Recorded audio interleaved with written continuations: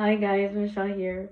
Today I'm coming to you with an amazing perspective that's going to help you stay in a powerful state, a positive state, and reduce the amounts of times and the length of time with which you kind of spiral out into negativity.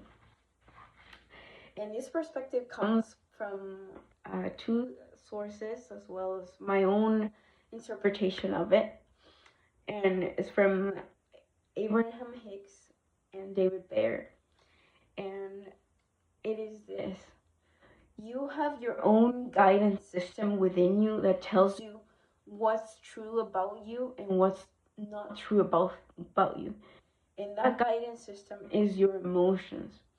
And so when somebody says something to you, like you're lazy, you're this, you're that, the way that it lands with you, the way that your body responds to it, to that statement, tells you whether that is true or not. We so often rely on the external, on other people's opinions, especially our parents' opinions, on to tell us what's true for us and what's not. And what I'm here to tell you is that no, we have a built-in guidance system that tells us whether something is true for us in particular in that moment or not true for us in particular in that moment or ever. That guidance system is always alive. It's always guiding us to our highest truth and to our highest good. And so we don't need to spend too much time when if we are hearing something from somebody, or even ourselves, especially ourselves. If we're hearing something, we're telling ourselves some story, and it feels horrid, and we feel like crap about it. That is right there, that you're believing something that is utterly false about you. You have a very distorted tunnel vision perspective on that subject or on that quality about you that is making you blind to the big picture. And so that is awesome to have that, because what it means is if you feel horrible because you're thinking something, you know right away, oh, I'm believing something that isn't true. I don't need to, you don't need to like explore it and like, well, who said that, and like, you don't need to like try to validate that in any way. You say, oh, this is not true. The opposite must be true. That's what David Bayer says.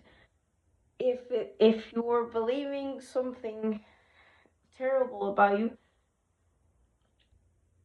it's the opposite is what's true. And the worse that you feel, the more the other thing is true. And so our job is not to spend so much time on trying to investigate where we got that. I mean, I think there's value in to investigate that, where we got the belief. But sometimes we don't know. Sometimes we have no idea it happened. Maybe when we're 1 year old, and you have no freaking idea why. But you know that you have that belief now, and you know that it feels bad, so you know it's false. And so what we need to do is to find evidence for the opposite. So you have this idea in your head, oh, I'm such a lazy whatever, I'm just a lazy POS. And okay, that's untrue, that's untrue. And so your role now is to find evidence of the opposite and amplify that end. What happened is that you had an incident in your childhood that made you believe a certain thing, and then because you believe that, now you only could see evidence of that. But that doesn't mean it's true. It just means it appeared to be true because that's the only thing you could possibly see, because that was your belief system. But now that you know that if it feels bad, it's not true, you can spend your energy and time finding evidence for what's actually true, and in doing so, you gain back your power. Because your power is now no longer tied up in BS, and is no longer depleting the crap out of you because you're believing something that's not true.